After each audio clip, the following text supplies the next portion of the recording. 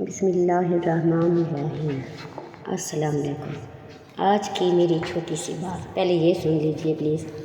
بڑی بڑی باتوں پر نہ ہارنے والے چھوٹی چھوٹی باتوں پر ٹوٹ جاتے ہیں۔ یہ تھی آج کی ہماری چھوٹی سی بات۔ اور اب ہم بات کریں گے کہ اللہ تعالیٰ نے ہمیں بے شمار نعمتوں سے نوازا ہے، اور ہم انسان جتنا بھی شکر ادا کریں کم ہے کہ ہم کو وہ نعمتیں عطا کی ہیں جن کی ہماری اوقات ہی نہیں تھی۔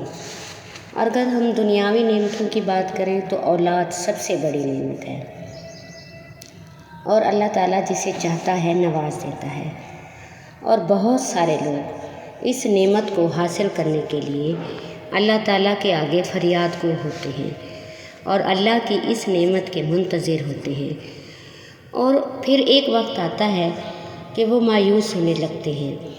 لیکن میں یہ کہتی ہوں کہ ہمارے سامنے حضرت زکریا علیہ السلام کی مثال ہے۔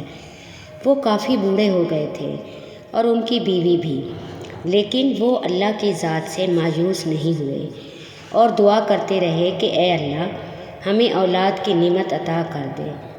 بے شک ہم بوڑھے ہیں، کمزور ہیں، لیکن تیری رحمت سے مایوس نہیں ہیں۔ اور اللہ تعالیٰ نے ان کی دعا قبول فرمائی اور ان کو بڑھاپے میں اولاد جیسی نعمت عطا کی، کیونکہ اللہ تعالیٰ نے زمین و آسمان کی ہر چیز پر قادر ہے، بس کن فیکون کی دیر ہے۔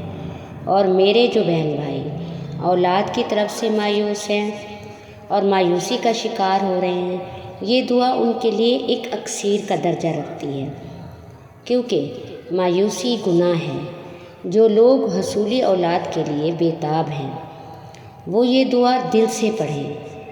آپ سن رہے ہیں نا، میں کہہ رہی ہوں کہ دل سے پڑھیں اور اللہ تعالیٰ کے کن کا انتظار کرتے ہوئے انشاءاللہ اللہ پاک جو ان کی دل سے کی گئی ہے دعا ضرور قبول کرے گا، اور اسے اپنے دلوں اور زبان پر جاری رکھ کریں، اور انشاءاللہ آپ ضرور کامیاب ہوں گے۔ وہ دعا یہ ہے، یہ آپ کو اسکرین پر دکھائی دے رہی ہوگی۔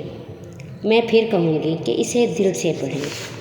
اس کا طریقہ یہی ہے پڑھنے کا کہ ہر نماز کے بعد 21 مرتبہ، اول و آخر 7 مرتبہ درود پاک۔ اور میری بہنیں جو اپنے گھروں میں چلتے پھرتے کام کرتے ہوئے کھلا بھی پڑھ سکتی ہیں، اور یقین رکھیں کہ اللہ مایوس نہیں کرے گا۔